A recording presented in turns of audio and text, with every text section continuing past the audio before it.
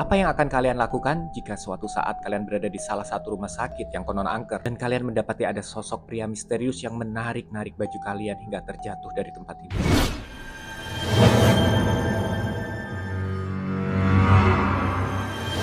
Di konten kali ini, saya memiliki sekumpulan cerita horor yang saya dapatkan dari berbagai sumber. Menurut kalian mana yang lebih menyeramkan, kuburan atau rumah sakit? Dalam sebuah cerita yang akan saya bawakan di sini, ada penampakan sosok misterius di dalam rumah sakit yang konon katanya angker. Apa yang akan kalian lakukan jika suatu saat kalian berada di salah satu rumah sakit yang konon angker dan kalian mendapati ada sosok pria misterius yang menarik-narik baju kalian hingga terjatuh dari tempat tidur? Tanpa berlama-lama, kita langsung masuk aja ke kisah pertama. Hantu di dalam ambulan.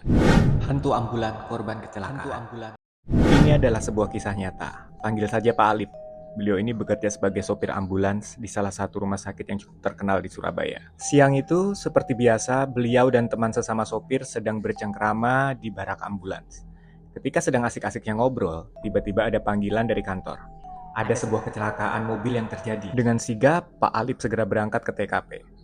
Di TKP beliau langsung mengambil alih pengangkutan korban yang kebetulan korban tersebut telah tewas di tempat dengan keadaan yang mengenaskan. Korban segera diangkut ke rumah sakit untuk diotopsi. Nah, ceritanya setelah tugas selesai, Pak Alip pun mencuci mobil ambulansnya. Kan banyak darah tuh tadi tuh. Pak Alip nih tahu bahwa jika kurang bersih dalam membersihkan darah korban yang tewas dalam kecelakaan, maka ada jin atau setan yang menyerupai korban akan muncul dan menakutinya. Siang pun berganti malam. Karena kelelahan, Pak Alip memutuskan istirahat dan tidur sejenak di ambulans kesayangannya itu. Namun, sesuatu yang tidak beliau duga terjadi. Ketika beliau mulai tertidur, beliau merasakan di jok belakang tempat menaruh korban tadi ada yang menempati. Padahal beliau di ambulans tersebut sendirian. Jok belakang yang berisik membuat Pak Alip gelisah. Pak Alip memutuskan mengintip dari kaca di belakang kursi pengemudi. Jadi kan kalau di mobil ambulan itu jok pengemudi dengan jok belakang dipisahkan sekat. Namun terdapat kaca yang memungkinkan sopir untuk melihat ke jok belakang kan. Nah dari situ Pak Alip ngintip. Alangkah terkejutnya Pak Alip, di jok belakang beliau melihat korban kecelakaan yang tadi siang beliau angkut tengah terbaring dalam keadaan yang sangat mengerikan. Sosok lelaki dengan kepala pecah mengeluarkan cairan otaknya. Cairan berwarna merah segar mengalir tanpa tangan dan dia meminta tolong. Refleks, Pak Alip segera keluar dari mobil dan menuju ke barak teman-temannya. Dengan tubuh gemeteran dan merinding. Tanpa berkata-kata lagi, Pak Alip segera tidur dengan menutup seluruh tubuhnya dengan selimut. Paginya Pak Alip memeriksa mobil ambulansnya kembali. Ternyata betul, masih ada beberapa tetes darah yang mengering di bawah tempat duduk kru ambulans. Pak Alif langsung pantes tadi malam diganggu karena masih ada darah dari korban yang masih ada, pikir Pak Alif. Memang setiap profesi selalu ada saja resikonya. Demikian juga dengan sopir ambulan. Apakah kalian percaya jika arwah orang yang sudah meninggal mampu menampakkan eksistensi mereka hanya untuk sekedar menunjukkan bahwa mereka masih eksis dan berada di sekitar kita? Dan aku udah gak sabar lagi untuk menceritakan kisah selanjutnya untuk kalian. Sosok pria misterius di dalam sebuah rumah sakit. Pria misterius di rumah sakit. Kali ini, saya akan bercerita tentang pengalaman seorang ibu ketika dirawat di sebuah rumah sakit swasta di Palembang. Ibu saya dibawa ke rumah sakit dengan ambulan pada hari Sabtu malam karena demam berdarah. Saya dan ayah mengantar ibu, dikarenakan ketika itu Abang dan Ayu, kakak perempuan saya, sedang tidak pulang ke Palembang.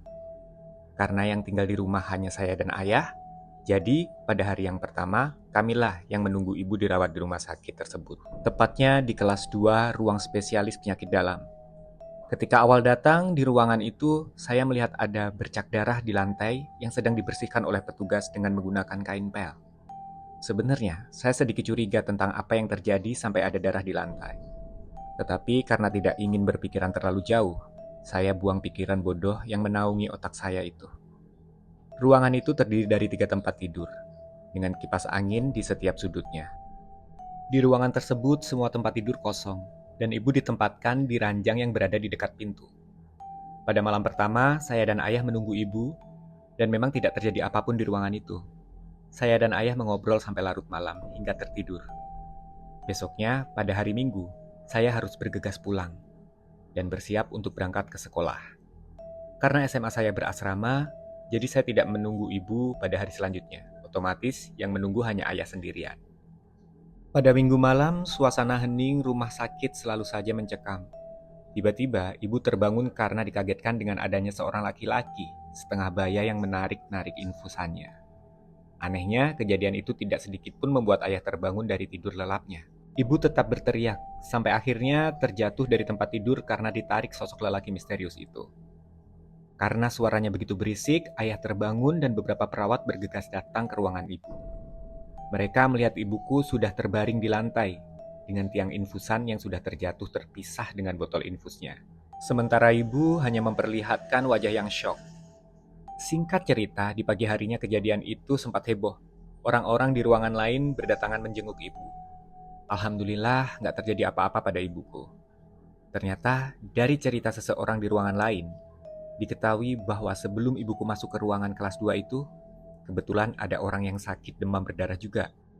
Namun, ia meninggal karena memuntahkan darah yang banyak dari tubuhnya. Tempat tidur orang tersebut kebetulan bersebelahan dengan ibu. Saya curiga mungkin darah tadi yang saya lihat sedang dibersihkan oleh petugas adalah darah orang yang meninggal di ruangan itu. Saya bersyukur setelah malam itu, malam selanjutnya tidak terjadi kejadian aneh. Dan bersyukur kejadian itu tidak mempengaruhi apapun pada ibu saya. Apa yang akan kalian lakukan jika suatu saat kalian mendapatkan tugas ronda? Walaupun mungkin buat kalian yang tinggal di perkotaan sangat jarang dan hampir nggak mungkin mendapatkan tiket ngeronda ya. Tapi pernah nggak sih kalian membayangkan jika suatu saat kalian harus ngeronda? Beramai-ramai, tiba-tiba ada di antara kalian muncul sesosok asing yang setelah diamati adalah sesosok hantu yang paling ditakuti. Pocong ikut ngeronda. Desa di mana tempatku tinggal sedang dilanda rumor maling. Malam hari menjadi sangat rawan karena pada jam segitulah biasanya maling beroperasi. Anehnya, maling tersebut selalu menjarah rumah yang saling berdekatan. Misalkan saja malam ini rumah nomor 1, esoknya rumah nomor 2 yang kemalingan. Namun di sini aku bukan bercerita tentang aksi maling tersebut. Tapi aku akan bercerita tentang bagaimana peristiwa yang menimpaku dan teman-temanku yang saat itu mendapat tugas ronda malam untuk mengamankan desa dari teror maling tersebut. Namun sialnya, kami mendapatkan tugas ronda itu tepat pada malam Jumat Kliwon. Saat itu desa masih minim penerangan, maka tak heran jika aku dan teman-temanku sudah biasa main di tempat gelap, sehingga kami menganggap itu hal biasa, tapi tidak setelah peristiwa ini terjadi. Pada malam kami bertugas ronda, salah satu temanku memberikan usul bagaimana jika kami menakut-nakuti maling tersebut dengan menyamar menjadi setan. Kami pun menyetujuinya dengan bermodalkan spray putih dan tali rafia. Kami pun memilih setan pocong sebagai penyamarannya. Di desa kami kebetulan hanya punya 2 akses jalan utama, yaitu jalan masuk dan jalan keluar desa. Aku dan teman-teman sepakat bahwa tidak mungkin si maling tersebut menerobos 2 jalan tersebut. Karena tak mungkin ia berani masuk lewat jalan yang terbuka macam itu. Lalu kami putuskan untuk menunggu maling tersebut di area persawahan. Pada hari Kamis tepat malam Jumat Kliwon, aku dan teman-teman sedang berada di tempat yang gelap di antara tumbuhan padi. Jumlah kami saat itu adalah 7 orang, yang berarti angka ganjil. Nenekku sering bercerita, angka ganjil itu, gimana ya? Konon biasanya angka ganjil tersebut akan berubah menjadi genap. Kalau tidak salah satunya ada yang menghilang, maka akan ada sosok lain yang akan memenuhi angka ganjil tersebut. Tapi kami nggak peduli dan merasa itu hanyalah sebuah cerita. Mengingat kami sudah sering kali main dan berkumpul di tempat yang seram dengan jumlah ganjil, namun tak pernah terjadi apa-apa. Setelah beberapa lama kami di persawahan, namun yang kami tunggu tak kunjung muncul. Oh ya, hampir aku lupa. Yang menyamar menjadi pocong saat itu hanya 1 orang, yaitu Rian. Kami melakukan hal itu agar saat malingnya nanti muncul, aku dan 5 temanku yang lainnya bisa langsung mengejarnya. Berhubung kami keburu bosan karena tak ada orang yang mencurigakan yang muncul, kami pun akhirnya menyerah. Namun, tepat di saat itu juga, Rian dengan dandanan pocongnya mendadak tergagap. Dia bilang kalau dia baru saja melihat sesuatu di atas langit. Kami terhenyak dan serentak mendongak ke arah yang ia tunjuk.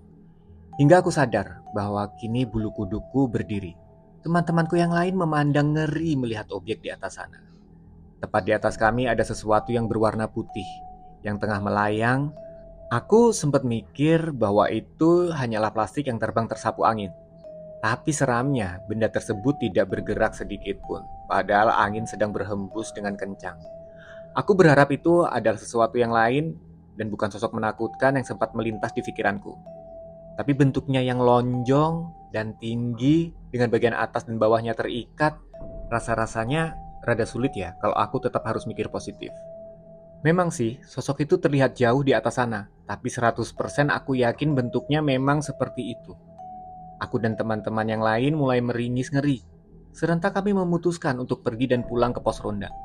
Tapi sialnya, benda di atas itu tiba-tiba saja mengarah pada kami dengan kecepatan yang sangat tinggi. Aku dan yang lainnya terperangah karena sebentar lagi kami akan tertimpa benda tersebut. Benda menyeramkan itu jatuh tepat di atas kami berpijak. Entah sudah menubruk siapa, namun aku yakin betul kalau benda itu jatuh tepat di sampingku. Aku tak berani melihat dan tak tahu seperti apa wujud aslinya jika dilihat sedekat ini. Kami semua langsung panik, namun tubuhku tak mampu bergerak saking syoknya. Aku mendadak lumpuh dan tak bisa kemana-mana.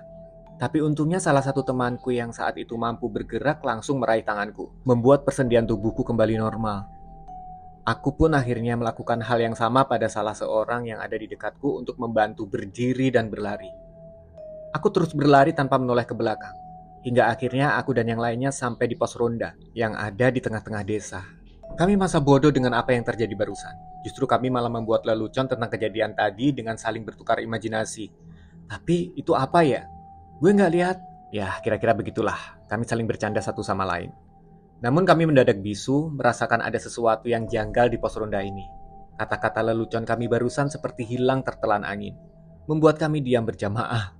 Kami kembali merasa merinding, bukan karena gelapnya pos ronda yang minim penerangan, bukan juga karena kejadian kejatuhan sosok barusan ataupun karena jumlah kami yang berkurang ataupun bertambah. Nyatanya kami masih bertujuh kok, benar-benar bertujuh. Tapi sosok yang memakai kain putih di sudut sana hanya terdiam saat kami tertawa. Penerangan yang minim membuat kami tak sadar sosok yang duduk di pojok itu terbungkus kain putih menutupi wajahnya, lengkap dengan ikat tali putih di atas kepala dan bawah kakinya. Jantungku terpacu cepat, itu jelas bukan Rian yang menyamar itu. Secara bersama-sama, kami lebih memperhatikan sosok tersebut. Sosok yang sedari tadi berdiam saat kami semua tertawa. Lantas, kami pun memutuskan untuk berlari bersama-sama.